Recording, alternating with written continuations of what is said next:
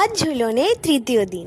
ঝুলনের প্রত্যেকটা দিনই আমরা বাইরের শিল্পী এনেছিলাম যারা গোবিন্দর সামনে নাম গান করেছে, কিন্তু আজকে আমরা ঘরোয়াভাবেই অনুষ্ঠান করছি। এই দেখো আমার মা এখন গান করছে।